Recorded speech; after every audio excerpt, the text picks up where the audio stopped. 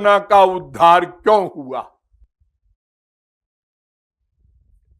बाबा लोग हमारे देश में बोला करते हैं पब्लिक में, पूतना का उद्धार हो गया। देखो तो जहर पिलाने से,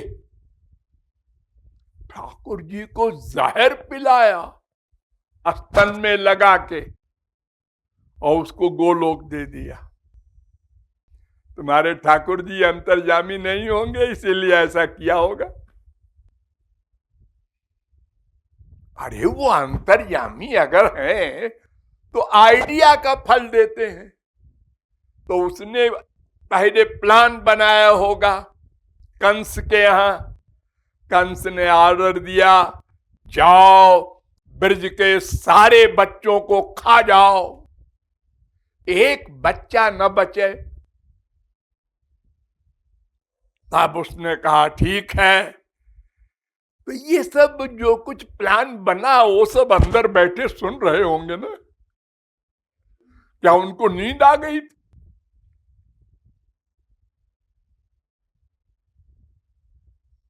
तो उसको गोलोक क्यों दे दिया?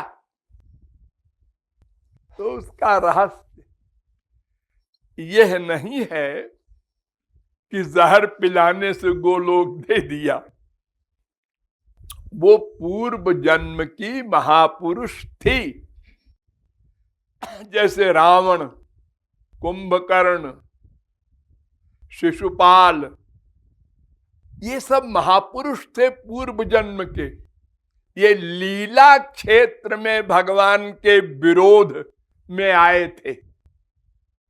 जब वामनावतार हुआ था भगवान का और बलि को छलने गए थे भगवान 3 पग पृथ्वी मांगने, तो बलि की लड़की थी रत्नमाला। उसने वामन भगवान को देखा,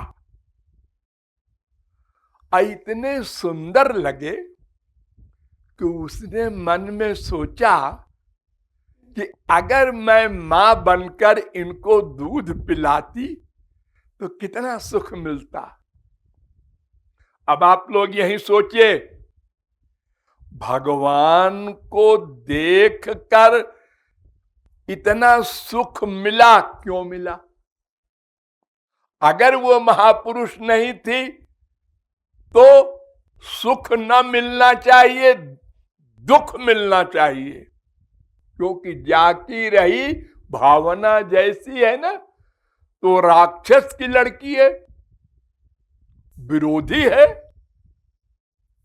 वो वामन को देखकर इतना आनंद विभोर क्यों हो रही है?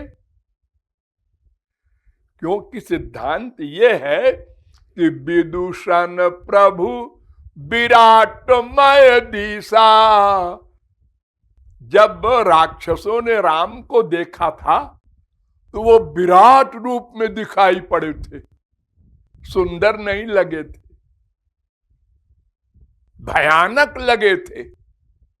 रत्नमाला को भयानक नहीं लगे वामन, तो विभोर हो गई देखकर। वो तो महापुरुष ही हो सकता है भगवान को देखकर विभोर हो। हरि भक्तन देखे दो भाई, इष्ट देव इव सब सुखदाई। जब भक्तों ने देखा था राम को, लक्ष्मण को, तब उनको भगवान वाला आनंद मिला था। तो रत्नमाला को भगवान वाला आनंद मिला और उसने कामना की कि मैं मां बनकर इनको स्तन पिलाऊं। और भगवान ने मन ही मन, वामन भगवान ने वरदान दे दिया, ठीक है आ जाना कृष्णावतार में। आउट न करो अभी अपने बाप से, चुपचाप आ जाना, सब हिसाब बिठा देंगे। हाँ, स्पिरिचुअल गवर्नमेंट का मामला ऐसा थोड़ा ही है कि लीक हो जाए, आउट हो जाए। वो रत्नमाला पूतना बनकर आई थी। इसीलिए ध्यान दो, जब कंस ने कहा सारे बच्चों को मार दे, तो वो और बच्चों के पास गई नहीं, डायरेक्ट सबसे पहले श्री कृष्ण के पास गई। श्री कृष्ण उसके अंदर बैठे थे ना, उन्होंने कहा मेरे पास आ जा, तुझको गोलोक भेजना है और मेरे सखाओं को नहीं खाना, खबरदार। वो मेरे प्राण प्रिय सखा लोग हैं, उधर नहीं जाना, इधर आओ। सीधे वो गई श्री कृष्ण के पास सबसे पहले, नंबर 1। और जैसे जैसे वो भीतर बैठ के घुमा रहे हैं चाबी, वैसे वो कर रही है, हाँ मुझे गोद में उठा ले। उठा लिया, अपना स्तन मेरे मुंह में डाल दे। हाँ अब देख, तुझको मैं गोलोक भेजूंगा तो ये शरीर तेरा जो है राक्षस वाला, ये समाप्त करूंगा। तो तेरे शरीर को पहले दिव्य बनाऊंगा। तो वो जहर पीने के नाटक के साथ साथ उसके शरीर भर में दिव्यता भर दी। वो 12 मील लंबी हो गई और 12 मील तक उसका शरीर गिरा और 12 मील तक के पेड़ सब गिर गए उसके वेट से। फिर उसको ब्रजवासियों ने कुल्हाड़ियों से काटा और जब जलाने लगे तो ध्यान दो, खुशबू आई। भला किसी मुर्दे से खुशबू आती है?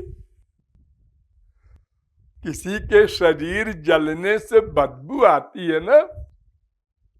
और उसके मरने से खुशबू मथुरा तक गई। नंद बाबा गए थे इनकम टैक्स देने कंस को, वो लौट रहे थे, उन्होंने कहा बड़ी खुशबू आ रही है, काहे की खुशबू है? उन्हें क्या पता इतना बड़ा कांड हो गया मेरे बेटे का। उनके अनजाने में ये सब हुआ। तो वो पूतना हो या रावण हो या शिशुपाल हो, ये जितने आख्यान हमारे शास्त्रों में पाए जाते हैं, इन सब का रहस्य ये है कि ये पूर्व जन्म में कंप्लीट सरेंडर कर चुके थे,